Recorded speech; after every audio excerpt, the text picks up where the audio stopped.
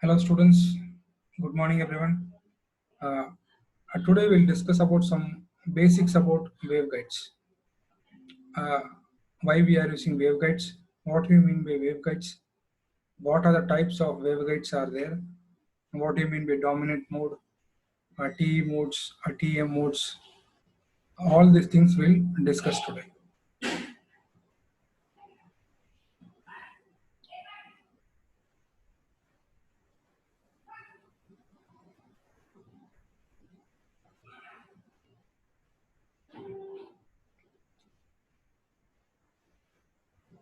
So waveguides. So basically in electromagnetic waves, propagating will be in open space. Throughout in all directions. We can't say that the electromagnetic wave can travel only in particular directions. So when the medium is open, that is air medium, so it can travel out in all directions. And electromagnetic waves are carried out from one point to other by means of the medium. It can be either a coaxial cable or two-wire line, that is a transmission line, or optical fiber, or microstrip lines, or waveguides, etc. What do you mean by the waveguide? The waveguide refers to any linear structure that guides the electromagnetic waves between the two endpoints. That is where we are communicating, for example, from A to B, the two endpoints within that the electromagnetic waves in the waveguides, that any structure that guides the electromagnetic waves between these two endpoints. Typically, a waveguide is of a transmission line that is comprising a hollow conducting tube. Uh, it may be either a rectangular in shape or a circular in shape in which the electromagnetic waves are propagated. So, unlike a coaxial cable, there is no center conductor within the waveguides. So, the signal propagate within the confines of the metallic walls, which acts as a boundary. For example, if you consider rectangular waveguide, so like rectangular shape, it will have a length and breadth. So that walls will act as a boundary for a rectangular waveguide. That waveguides are basically a device for transporting electromagnetic energy, that is waves, from one region to another region. We can say it also a hollow metal tubes, and it also have the capability of directing the power precisely to where it is needed, and it can handle large amounts of power and function, and it can function like a high pass filter. The waveguide acts as a high pass filter in that most of the energy above a certain frequency, that is we term as a cutoff frequency, will pass through the waveguide. So whereas the most of the energy that is below the cutoff frequency signals will be attenuated by the waveguide. For example, if you have a cutoff frequency, then most that is the cutoff frequency that pass through the waveguide, that region, that particular frequency. If below the cutoff frequencies will be attenuated by the waveguides.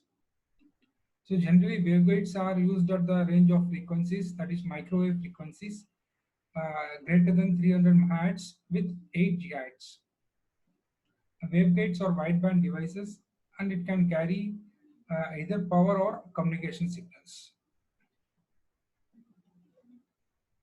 The signal, that is the waves or the electromagnetic waves that is traveling through the waveguides, follows or confined by the TAR, that is total internal reflection from the walls of the waveguide. Waveguides are used principally at frequencies in the microwave range, that is in terms of gigahertz.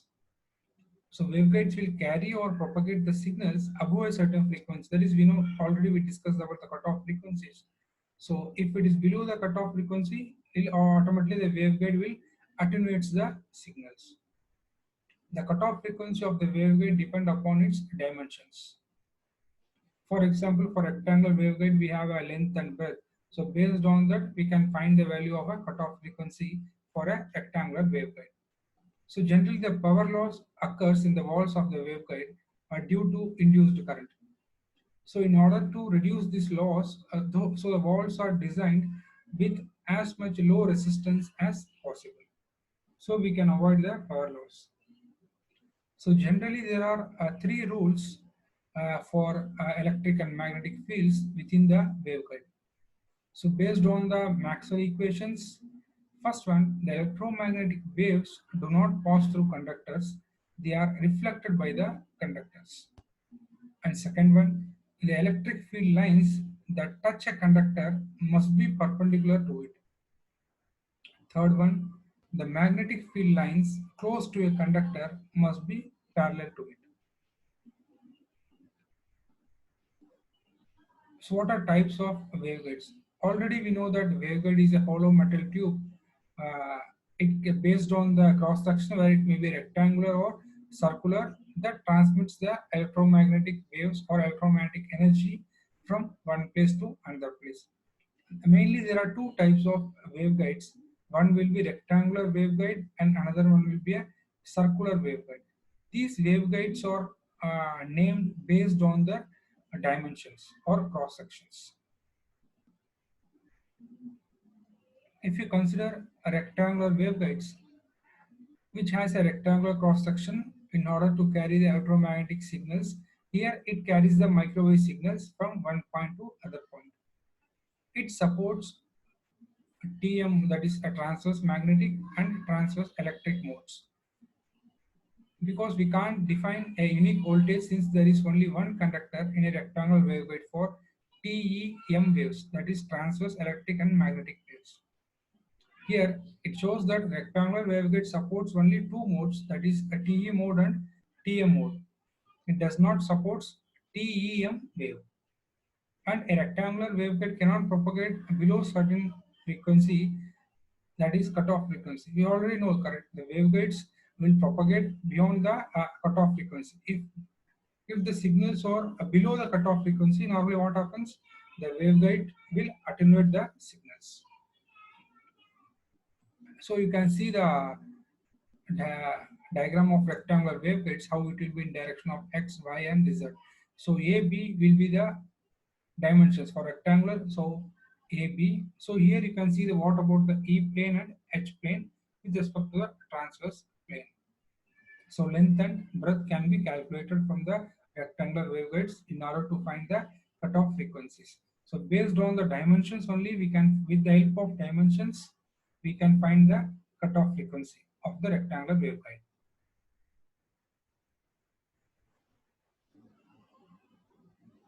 So your wavelength can be calculated, that is cutoff wavelength. So lambda c equal to 2 divided by root of m by a the whole square plus n by b the whole square. Here you can see that where m be the number of half wave along broadside dimension and n be the number of off wave along the shorter side. So for dominant mode, we know that TE10 where m equal to 1, n equal to 0. So generally the modes will be represented in TE suffix mn. If n equal to 0, so both are TE will be 00 modes. If m equal to 1 and n equal to 0, we can have TE10 modes. For that we have a cutoff wavelength, lambda c will be equal to 2 into a, that is twice of the broad dimension. So lower cutoff frequency or the wavelength for a particular mode in rectangular waveguides is determined by the equations. Cutoff frequency Fc for Mn modes equal to 1 by 2 pi root mu into epsilon, not into epsilon or root of m into pi by a the whole square plus n into pi b the whole square. Already we discussed about the cutoff wavelength. Then we'll go for a circular waveguides. So a waveguide with a circular cross section can be termed as a circular waveguide. It supports both a TE mode and TM modes, same like our rectangular waveguide. So in the circular waveguide, if you see the dominant mode is TE11. That is, a signal in this mode propagates with the minimum degradation. When compared to rectangular waveguide, circular waveguide is easier to manufacture than rectangular waveguides and is relatively easy to install.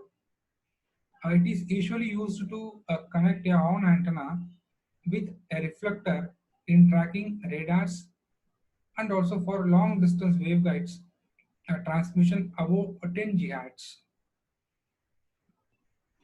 So the cutoff frequency of a circular waveguide, we can see that is inversely proportional to the radius.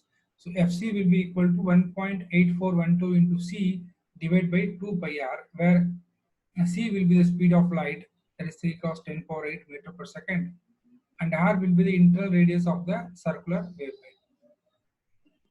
For example, if radius equal to 1.15 meter, then the cutoff frequency will be 76.48 megahertz. So if, for example, if you have a frequency 72.2 megahertz, so what happens now? So generally the circular waveguide will not allow the 72 megahertz signal because it generally attenuates the signal. So it should be more than 76.48 megahertz. Now we'll discuss about modes. So electromagnetic waveguides were analyzed by solving the Maxwell equations and reduced form. The electromagnetic wave equations with boundary conditions determined by the property of the material and with some interfaces.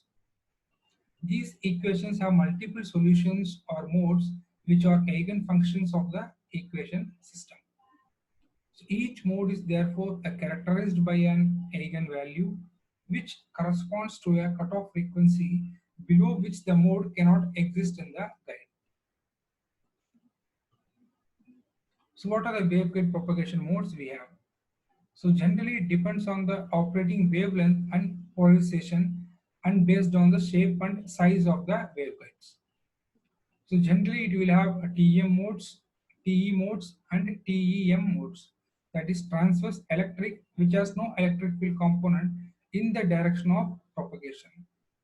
If you see TM modes, that is transverse magnetic modes, in this mode you don't have any magnetic field component in the direction of propagation. If you see TEM modes, that is transverse electromagnetic modes, it have neither electric nor magnetic component in the direction of propagation. For example, if you see the modes, that is TE10, we have some diagram, and TE20 and TE30. So generally it can be any modes, either T or a TM. It will be represented as TEMN suffix MN. So MN will be the modes. So if TE10, it shows that M equal to 1, N equal to 0. It shows that number 1 indicates that half wave electric field exists along the X direction. Same way, if you go for TE20 mode, you can see the number 2 half wave electric field exists in the X direction. Same way, if we see TE30 mode, it shows that 3 half wave electric field exist in the X directions. So various transverse electric and transverse magnetic modes are supported in waveguide as it supports waves above a particular cutoff frequency. Mode with the lowest cutoff frequency is called dominant mode. So TE mode stands for a transverse electric mode. We know that same way that where E field is perpendicular to the direction of propagation and magnetic field is in the direction of propagation. We know that when TE mode is there, then there will be no electric field along the direction of propagation. So that whenever there is a TE mode, that is transverse electric mode is there, H field will be along the direction of propagation, E field will be perpendicular to direction of propagation. Same way, if you consider for a transverse magnetic mode, here the magnetic field is perpendicular to the direction of propagation and electric field is in the direction of propagation. So generally the dominant mode is a TE10 for rectangular waveguide and TE11 for circular waveguide. Dominant mode means which has the lowest cutoff frequency.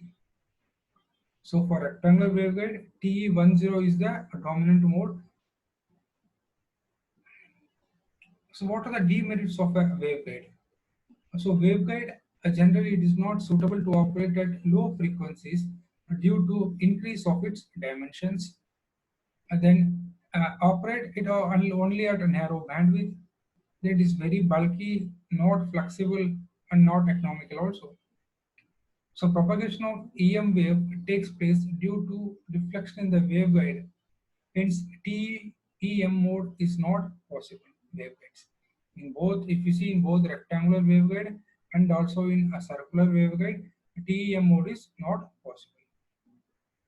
So these are about the some basics of waveguides and the types of waveguides, how to find the cutoff frequency of a circular waveguide and rectangular waveguide. Thank you.